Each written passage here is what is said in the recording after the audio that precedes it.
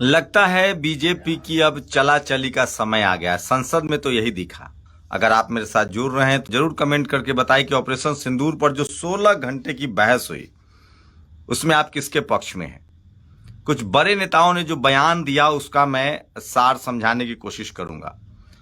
अखिलेश यादव ने सीधे सीधे सवाल पूछा कि पुलवामा में जो आरडीएक्स आया था वो गाड़ी किसकी थी, वो आज तक क्यों नहीं पता चला।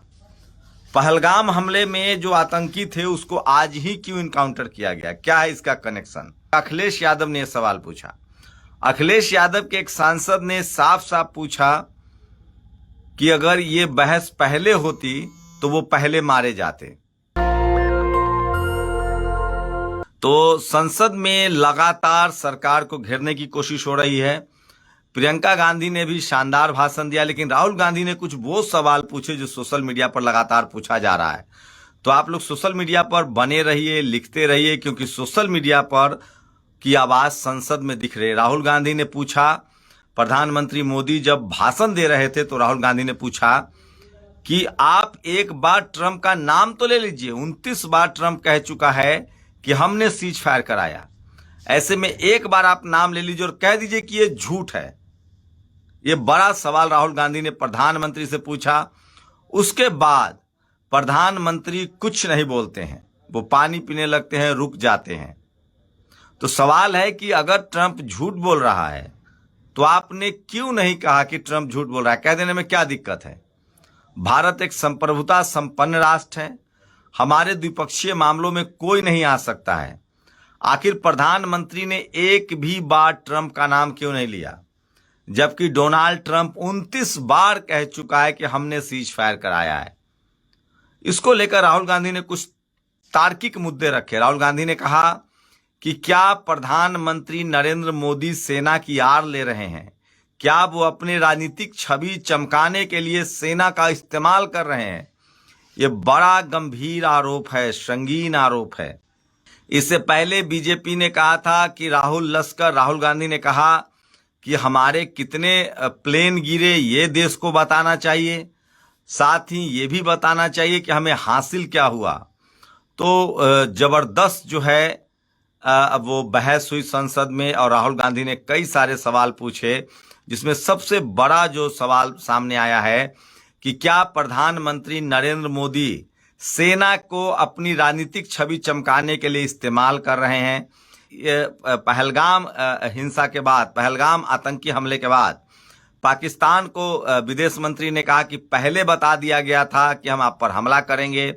राजनाथ सिंह ने कहा कि हमने हमला के बाद पाकिस्तान को कहा कि हम आपके सैनिक ठिकानों पर हमला नहीं करना चाहते हैं। सवाल है कि जिस असीम मुनीर को लंच कराया ट्रंप ने, उसका नाम लेने में, ट्रंप का नाम लेने में क्या दिक्कत है। तो क्या ट्रंप का नाम नहीं लिया जा सकता था। या तो ट्रंप सही बोल रहा है या ट्रंप झूठ बोल रहा है, दोनों में से कोई एक बात तो सच है। अगर ट्रंप 29 बार कह रहा है कि हमने सीज फायर करवाया तो वो झूठ बोल सकता है। हम तो नहीं कह रहे कि ट्रंप सही, हम तो कह रहे कि हमारे प्रधानमंत्री जो कहेंगे वही मानेंगे। तो अगर ट्रंप ने सीज फायर नहीं करवाया तो प्रधानमंत्री कह सकते थे कि हाँ ट्रंप ने सीज फायर नहीं करवाया, वो झूठ बोल रहा है। तो ये लेकिन उन्होंने एक बार भी ट्रंप का नाम नहीं लिया। राहुल गांधी ने आरोप लगाया कि सेना का इस्तेमाल सरकार अपनी छवि चमकाने के लिए कर रहा है। आप लोग की क्या राय है, आप लोग की क्या प्रतिक्रिया है। अखिलेश यादव ने कहा कि आरडीएक्स कहां से आया था पुलवामा में, उसका भी पता नहीं चला। वो गाड़ी किसकी थी वो भी पता नहीं चला। उसके बाद पहलगाम हमले के जो तीनों आतंकी हैं उनका एनकाउंटर तब शुरू हुआ जब सदन में इस पर ऑपरेशन सिंदूर पर चर्चा होने लगी। राजनाथ सिंह ने कहा जो हमारे फाइटर प्लेन के बारे में पूछा गया कि कितने लोग गिरे हैं, उन्होंने कहा कि हम लिखते हैं तो कुछ पेंसिल टूट जाती है, तो वो फाइटर प्लेन की तुलना पेंसिल से कर रहे हैं। तो संसद में लगातार, तो इसका मतलब है कि देखिए 11 साल हैं बीजेपी के, गठबंधन की सरकार है, 241-40 है बीजेपी के पास, और अब साफ साफ लग रहा है कि अब बीजेपी का जो वर्चस्व था संसद में वो टूटता हुआ दिख रहा है। बीजेपी का वो जो दबदबा था वो टूटता हुआ दिख रहा है और विपक्षी नेता अब लग रहा है कि वो फॉर्म में है। और अब बीजेपी को, चूंकि 240 वाली पार्टी है, गठबंधन की पार्टी है, गठबंधन की सरकार चल रही है, समय बहुत हो गया है और जनता जो है अब सवाल पूछने लगी है। चाहे ऑपरेशन सिंदूर हो या सर्जिकल स्ट्राइक पहले भी हुआ था, उस पर सवाल पूछ रही है। बेरोजगारी बड़ा मुद्दा बन गया है। 10 साल में चुनाव आयोग की विश्वसनीयता को लेकर जो है वो बहुत सारे सवाल है। तो बस सवाल है कि एक बात बताइए कि अगर ट्रंप ने 29 बार कहा कि हमने सीज फायर करवाया, तो प्रधानमंत्री कह सकते थे कि हमने सीज फायर नहीं करवाया। जब हमारे चीफ ऑफ डिफेंस ने कहा कि विमान कितने गिरे ये खबर नहीं है, विमान क्यों गिरे ये खबर है। नेवी के एक अधिकारी ने कहा कि हमसे मिस्टेक हुई है और हम पर दबाव था कि हम पाकिस्तानी ठिकानों पर हमला ना करें, सैनिक ठिकानों पर। तो आखिर तमाम विपक्षी सांसदों ने पूछा कि ये तो मौका था। टीवी अखबार वाले तो कह रहे थे कि हम लाहौर कराची पहुंच गए हैं, तो हमें तो पाक अधिकृत कश्मीर पर कब्जा कर लेना चाहिए था। तो अब जो पाकिस्तान और भारत के बीच जो तनाव पर जो राजनीति होती है, उस पर भी इसके बाद विराम लग जाएगा। तो ये बात तय है कि अब विपक्ष जो है वो मजबूत हुआ है। 100 सीटें हैं कांग्रेस के पास, 37 सीटें हैं अखिलेश यादव के पास, 240 मात्र समझिए 270-75 के दम पर ये सरकार चल रही है। तो 543 में 300 सीटें भी नहीं है बीजेपी के पास। लगभग मान के चलिए 250 सांसद जो है वो अपोजिशन में हैं। तो वो पहले वाला जलवा जो है वो बीजेपी का नहीं है, पहले वाला दमखम नहीं है बीजेपी का। लेकिन जो सबसे बड़ा सवाल है, इस सरकार के साथ इंस्टीट्यूशन है, इस देश की मीडिया, जुडिशियल मीडिया पूरी तरह से सरकार के साथ है। मीडिया अभी भी सरकार के साथ बचाव कर रही है। तो ये सरकार सिर्फ और सिर्फ मीडिया के दम पर चल रही है। मीडिया ने इसकी छवि बना रखी है और तमाम इंस्टीट्यूशन जहां डाइवर्सिटी नहीं है, चाहे वो मीडिया हो, जुडिशियरी हो, कॉलेज यूनिवर्सिटी हो, ब्यूरोक्रेसी हो, बिजनेस हो, जब तक इन तमाम इंस्टीट्यूशन में दलित, पिछड़े, किसान, आदिवासी, अल्पसंख्यक समाज के लोग नहीं आएंगे, तब तक इस सरकार को मदद मिलती रहेगी। क्योंकि जो सरकार की जाति है, भारत एक जाति प्रधान देश है, कृषि प्रधान देश नहीं है। आप धर्म से भी, अगर मुस्लिम समाज के लोग सिर्फ सरकार का धर्म देख रहे हैं, हम लोग इस सरकार की जाति देख रहे हैं। जो सरकार की जाति है वही इस देश में आरएसएस की जाति है, वही मीडिया की जाति है। और तमाम जो इंस्टीट्यूशन में लोग बैठे हैं, कहीं ना कहीं उनकी भी वही जाति है, जिनके दिमाग में जातिवाद और मनुवाद भरा हुआ है। तो ये सबसे बड़ा सवाल है। लेकिन सोचिए, एक मामूली सा सवाल था कि प्रधानमंत्री नरेंद्र मोदी 29 बार डोनाल्ड ट्रंप कह चुका है पब्लिक डोमेन में। डोनाल्ड ट्रंप जहां भी प्रेस कॉन्फ्रेंस करता है वो कहता है कि हमने सीज फायर कराया। क्या इस एक सवाल का जवाब हाँ या ना में नहीं हो सकता था?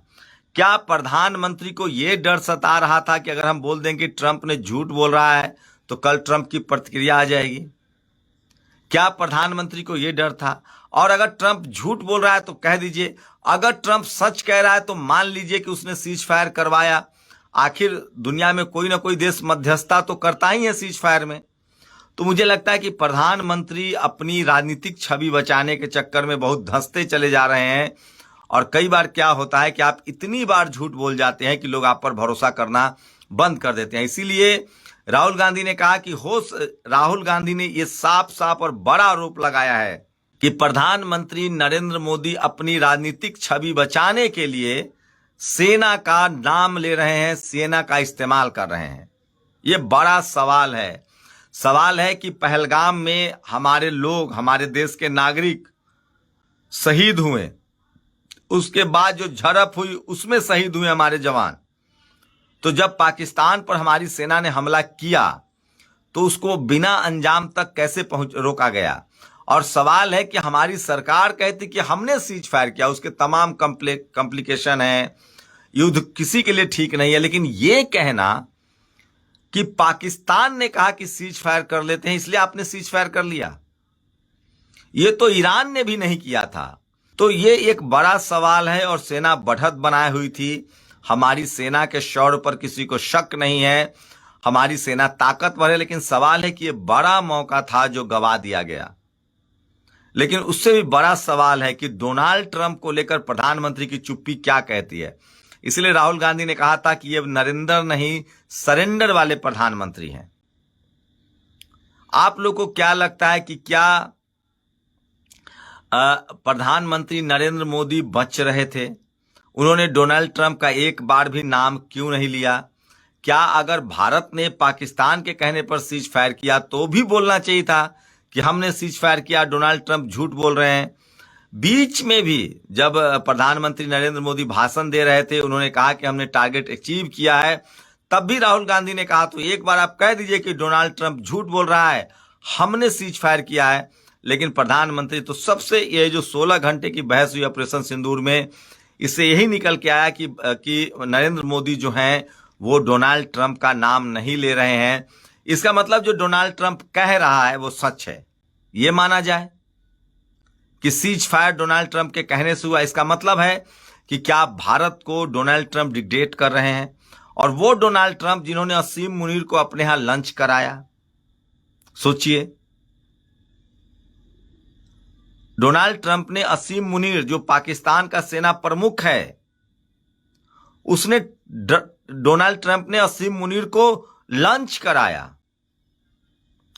तो भारत की विदेश नीति को लेकर सवाल उठ रहा है। इसलिए लोग कह रहे हैं कि प्रधानमंत्री नरेंद्र मोदी सेना के शौर्य का इस्तेमाल अपनी छवि चमकाने के लिए कर रहे हैं। वो विदेश दौरे पर जाते हैं तो वहां लोगों को लाया जाता है।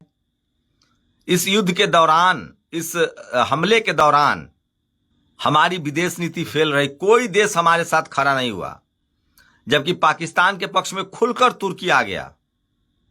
चाइना से उसका गठबंधन है, हम सब लोग जानते हैं। बाद में एक सर्वदलीय डेलीगेशन दुनिया भर में भेजा गया समर्थन के लिए।